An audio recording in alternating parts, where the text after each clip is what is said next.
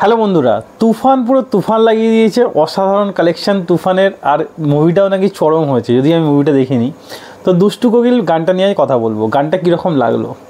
তো এখানে গানটা যখনই আমরা দেখেছি, ট্রেলারে ছিল একটুখানি গানটা শুধু মিমির ওপর ফোকাস করা ছিল, আর মিমিকে মানে অসাধারণ বললেও কম হবে, চরম লাগছে এই গানটাতে। তো যাই হোক, মিমির ওপর তো ফোকাস ছিলই, আস্তে আস্তে কিন্তু ফোকাসটা আমি দেখলাম সাকিব খানের দিকে চলে এলো।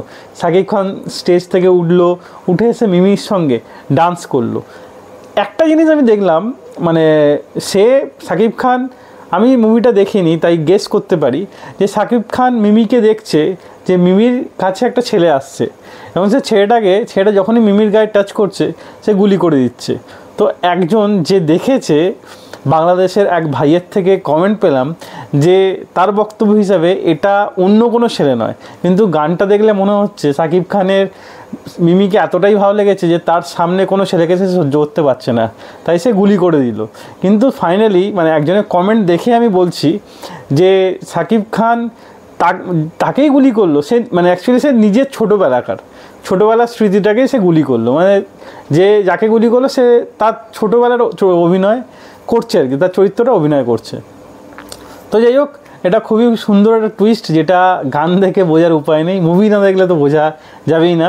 যাই হোক, তো মুভিটা যতটা স্বচ্ছ থাকে ততটা ভালো, যতটা স্পয়লার কম থাকে মুভিটার মধ্যে ততটা দেখে মজা হবে।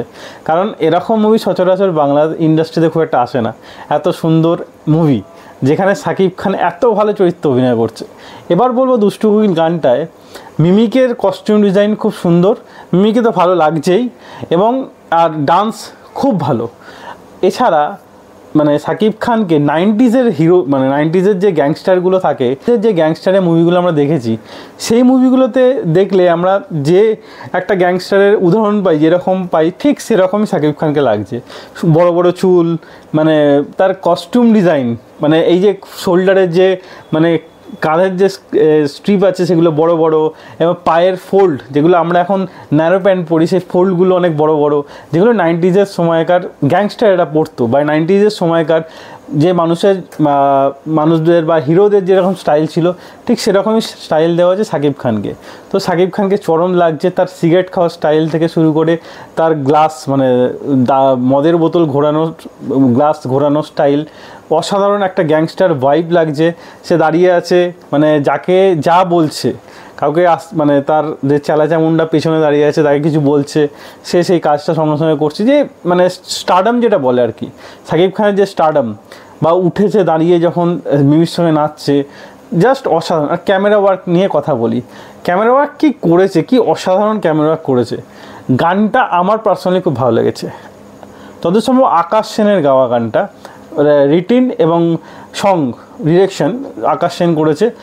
মানে ছেলের গলায়, মানে সাকিব খানের গলায় আমরা আকাশ সেনের গলা শুনতে পাবো, যিনি লিখেছেন গানটা, আর মেয়ের গলায় মানে মিমির গলায় হচ্ছে কোনা, যে গানটা গেয়েছেন। তো সত্যিই গানটা খুব সুন্দর।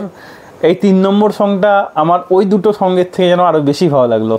তো মিমির মানে গ্ল্যামারাস, খুব বেশি গ্ল্যামারাস লাগছে, কিন্তু আমরা যখন ট্রেলারে দেখেছিলাম তখন মনে হয়েছিল শুধু মিমির ওপরই ফোকাস থাকবে, কিন্তু এমন কিছু না, সাকিব খানকেও চরম লাগছে। ফোকাসটা মানে ঠিক হাফ, মানে যে গানটার ঠিক হাফ থেকে পুরোটা সাকিব খানের দিকে ঘুরে যায়। সাকিব খান একদম পুরো স্টপ করে দেয় স্টেজকে, মানে যেরকম কোনো বারে বা কোনো জায়গায় গিয়ে একটা গ্যাংস্টার গিয়ে যেরকমভাবে তার দাপট থাকে, তার যে স্টারডাম থাকে, তো সেটা আমরা দেখতে পাচ্ছি সাকিব খানের কত বেশি স্টারডাম থাকে এই গান, মানে এই গানটা থেকে বোঝা যাচ্ছে।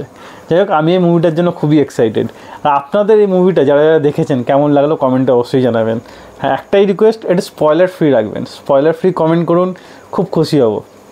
আজ এই ভিডিও এতটাই। ভিডিও যদি ভালো লেগে থাকে লাইক অবশ্যই দেবেন, এরকম আরও ভিডিও পেতে চ্যানেলটা সাবস্ক্রাইব করে পাশে থাকা বেল আইকনটি অবশ্যই বাজিয়ে রাখুন। দেখা হচ্ছে পরের ভিডিও। ততক্ষণ জন্য ভালো থাকুন, সুস্থ থাকুন। ভিডিও দেখার জন্য ধন্যবাদ।